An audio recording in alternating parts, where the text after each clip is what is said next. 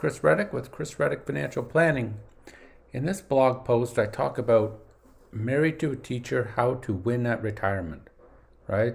So this is a common occurrence. You have a teacher married to someone else who's maybe works in the corporate sector or some other type of job that's not in teaching.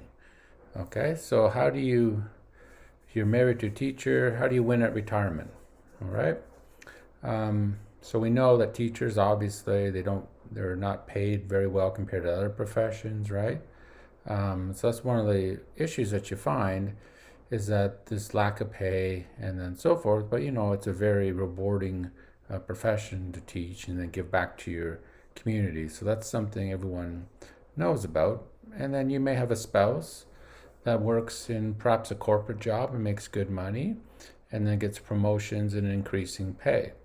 Now with that combination, right? So you have the teacher plus someone who works in a corporate type of job. How do you maximize your chances of having a successful retirement? Well, the first thing is, are you actually maximizing your retirement savings? So are you saving around 20% of your gross income? So not your net income, so your gross income. Are you saving around 20%? So where would you save? Well, you would save in your 401k plan, as an example. All right, and if you're a teacher, you would save in a 403b or 457 plan. These are all similar plans where you put in a certain amount each year, and there's a maximum depending on the year. So 2023, if you're under 50, it's 22,500, and then there's a catch-up if you're over 50. Are you maximizing those savings, those employee deferrals? And number two, are you saving in a Roth IRA? So why don't I say traditional IRA?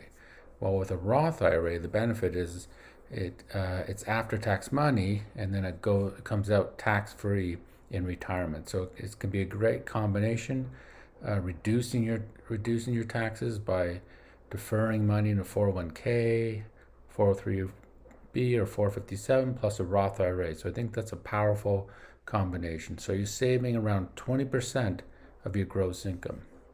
So the second thing, this could be the first thing, of course, but are you debt free?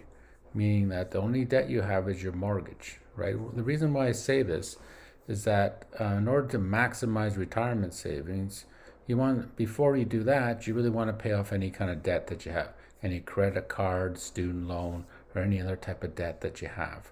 Okay, so I would prioritize paying off that first, except for the mortgage, and then try to maximize retirement savings in step number one in the previous step. Okay, and then the third thing, this is a big one. A lot of people just kind of hope it just kind of works out, right? Are you saving for college for your kids, right? Are you saving in a 529 college savings plan? So this is this is the second biggest expense behind a mortgage, and it comes up real fast, right? So the kids need to go to college. Do you have something put aside to save for college? So in Texas, the typical cost of a college is about $26,000 a year with room and board and so forth, right? But it can be less expensive if you go locally to community college and so forth. Okay, are you saving for college for your kids?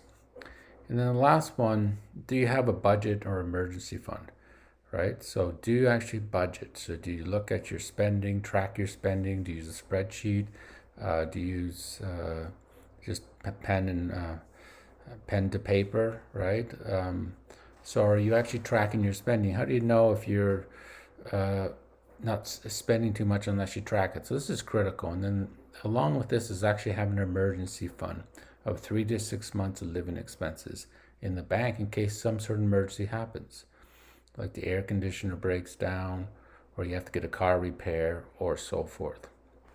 Okay, so these are 4 ways to win at the game of retirement. Okay, number 1 is try to save around 20% of your gross income. If you can save more, even better. Make sure you pay off all your debts except for the mortgage. But if you can pay off the mortgage, even better. Make sure you save for college for the kids because of this significant expense. Create an emergency fund and budget your money. Make sure you're on track for your goals. All right. So if you want to reach out to me and talk more about retirement, do that on the contact page below. Have a great day.